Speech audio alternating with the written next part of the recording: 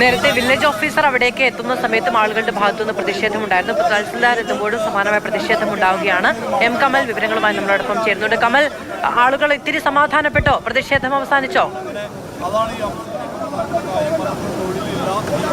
ആളുകൾ ഈ ഉന്തും തള്ളും ഒക്കെ അവസാനിച്ചിരിക്കുന്നു. ആളുകൾ ഇവിടെ പാലത്തിൽ ഇരുന്ന് പ്രതിഷേധിക്കാനുള്ള നീക്കത്തിലാണ്.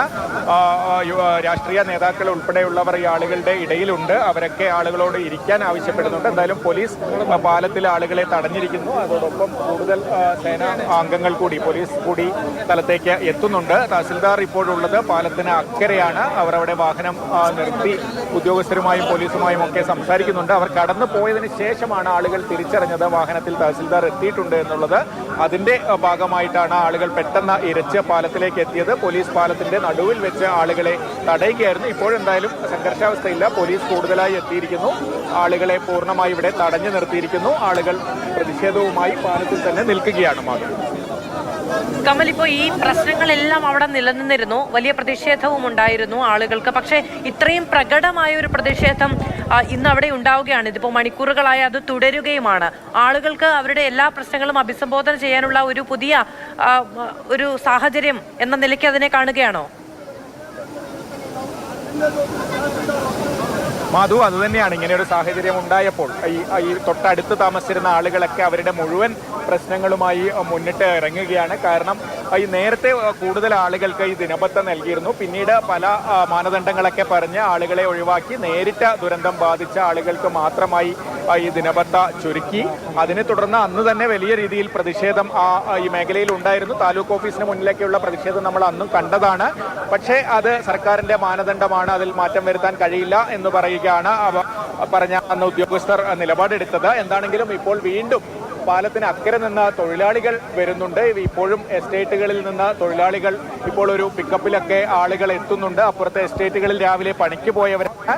അവർക്ക് ഒരു മുന്നറിയിപ്പ്, ഇവിടുത്തെ സാഹചര്യം കണക്കിലെടുത്ത് ഇന്ന് അക്കരയ്ക്ക് ആളുകളെ പണിക്ക് കൊണ്ടുപോകരുത് എന്നൊരു മുന്നറിയിപ്പ് നൽകിയിരുന്നില്ല എന്നുള്ളതാണ്. എന്തായാലും പക്ഷേ പ്രതിഷേധിക്കുന്നത് അതിനേക്കാൾ ഉപരി ഈ ദിനബത്ത ഉൾപ്പെടെയുള്ള ആനുകൂല്യം പ്രധാനമായും പ്രതിഷേധിക്കുന്നത്. ചൂരൽമലയിൽ നിന്നുള്ള ആകാശ ദൃശ്യങ്ങളാണ് നമ്മൾ കണ്ടുകൊണ്ടേയിരിക്കുന്നത്. രാവിലെ വലിയ കുത്തിയൊഴുക്കാണ് പുന്നപ്പുഴയിൽ ഉണ്ടായത്. നമുക്ക് ഈ ദൃശ്യങ്ങൾ കണ്ടു പരിചയമുള്ളവരാണ് നമ്മൾ. ചൂരൽമല ദുരന്ത സമയത്ത് അത് എത്രത്തോളം വലിയ ആശങ്കയുണ്ടാക്കിയതാണ് എന്ന് നമുക്കറിയാവുന്നതാണ്. വഴി മാറി ഒഴുകിയ പുഴ എത്രത്തോളം വലിയ പ്രശ്നങ്ങളാണ് ഉണ്ടാക്കിയത് എന്നുള്ളതും നമുക്കറിയാവുന്നതാണ്.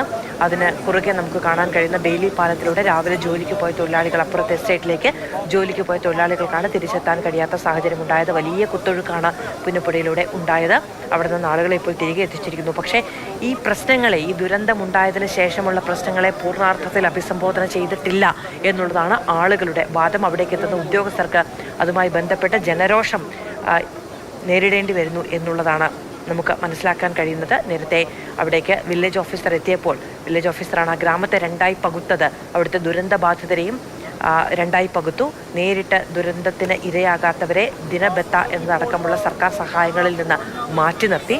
ഉപജീവന മാർഗം നഷ്ടപ്പെട്ട മനുഷ്യരാണ്. എന്തെങ്കിലും ഗതിയുണ്ട് എങ്കിൽ ഈ പാലം കടന്ന് ആ ദുരന്ത ഭൂമിയിലേക്ക് വീണ്ടും ജോലിക്ക് വേണ്ടി ഞങ്ങൾ പോകുമായിരുന്നു എന്ന് ആളുകൾ ചോദിക്കുന്നത് നമ്മൾ കേട്ടു.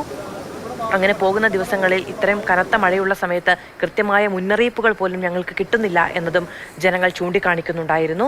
അങ്ങനെ ആകെ ദുരിതത്തിലും ഉപജീവന മാർഗം മുന്നോട്ട് കൊണ്ടുപോകാൻ കഴിയാത്ത അവസ്ഥയിലും വീണ്ടും തങ്ങൾ എത്തിപ്പെടുകയാണോ എന്ന ആശങ്ക കൊണ്ടാണ് വലിയ തോതിലുള്ള പ്രതിഷേധമാർ ഉദ്യോഗസ്ഥരുടെ നേരെ നടത്തിയത്. എന്തായാലും ഇപ്പോൾ ആ പ്രശ്നങ്ങൾക്കൊരു പരിഹാരമായിട്ടുണ്ട്.